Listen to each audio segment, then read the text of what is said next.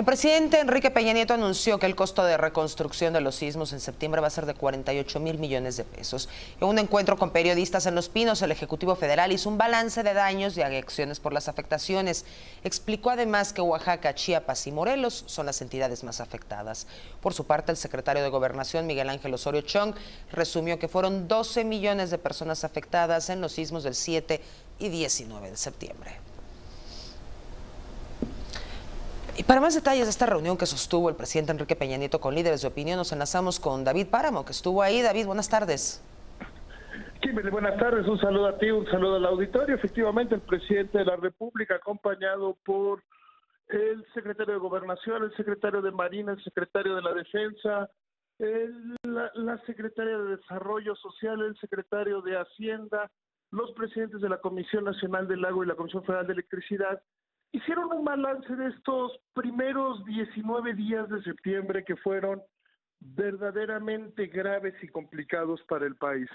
3 huracanes, 2 sismos que decía el secretario de Gobernación, han tenido más de 7,000 réplicas hasta el momento y como informabas al principio, el costo estimado es de 48,000 millones de pesos, en el cual 12 millones de mexicanos se vieron afectados, la inmensa mayoría de ellos por falta de agua, falta de energía eléctrica y lo que decía el gobierno es que lograron reparar prácticamente todo en un lapso verdaderamente corto, que han tenido problemas en la Ciudad de México, donde las redes secundarias están rotas en los mismos lugares que se rompieron en 1985, es decir, que es un tema del suelo, no tanto de la estabilidad de la red.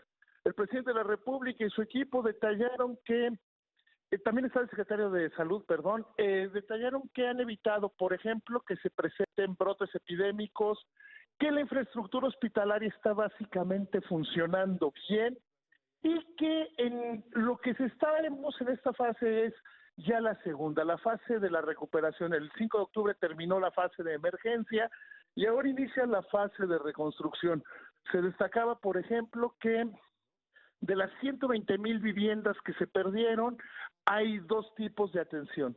Para la gente que está debajo de la línea de pobreza, entonces se atiende a través del Coneval, con tarjetas, un par de tarjetas de crédito, y que no se han dado pocas tarjetas hasta el momento porque todavía no se puede empezar las obras porque apenas está en el trabajo de limpieza, donde algunos dicen que equivaldría a rellenar 2 o 3 veces el Estadio Azteca solo con los escombros.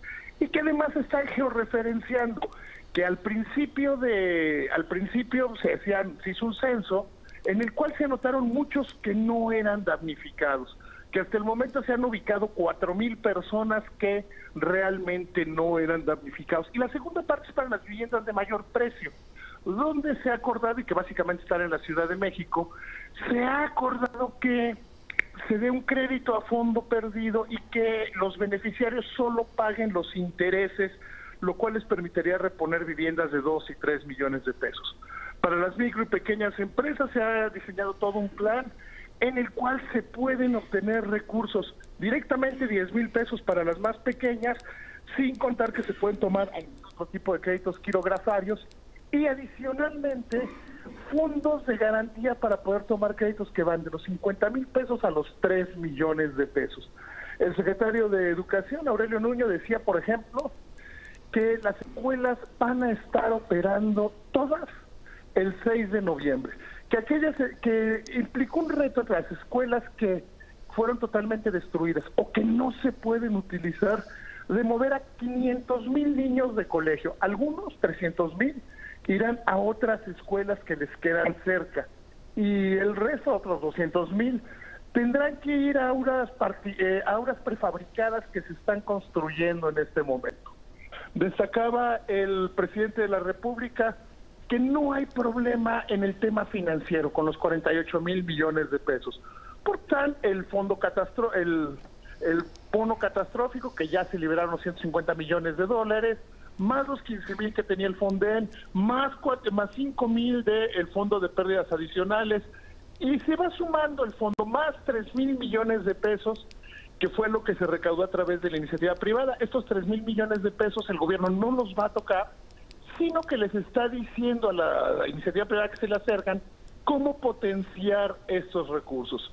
Lo que destacaba todo este equipo es que no hay, que si bien no hubo daño a la actividad económica en la Ciudad de México, sí señaladamente en Chiapas, Oaxaca y en parte de Morelos, donde la recuperación va a tardar más, donde la vida económica se ha visto afectada y que ahí es donde se concentrará el esfuerzo. Decía el presidente de la República hacia el final de esta presentación, una larga presentación que duró poco más de una hora, que en el primer trimestre del año próximo prácticamente todo habrá vuelto razonablemente a la normalidad, Kimberly. David, aprovechando que te tenemos, la gente que nos está viendo y necesita estas ayudas, ¿qué es lo que deben de hacer? Mira, la gente que necesita estas ayudas debe acercarse directamente al gobierno federal.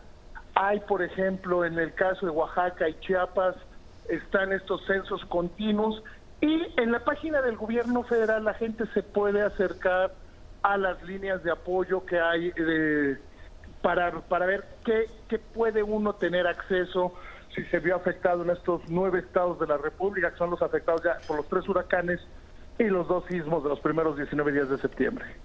David, muchísimas gracias. Buenas tardes.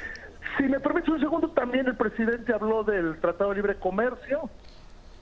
El presidente dice que se está negociando, que México va a negociar y que de ninguna manera va a ceder ninguna ventaja, que el escenario, que no hay un plan B, sino que el plan B se ha venido haciendo, que es mantener finanzas públicas sanas e ir diversificando mercados.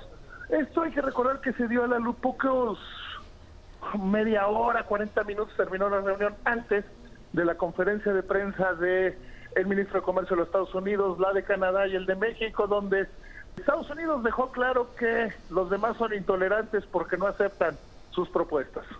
Muchísimas gracias, David. Excelente tarde. Buenas tardes. Gracias.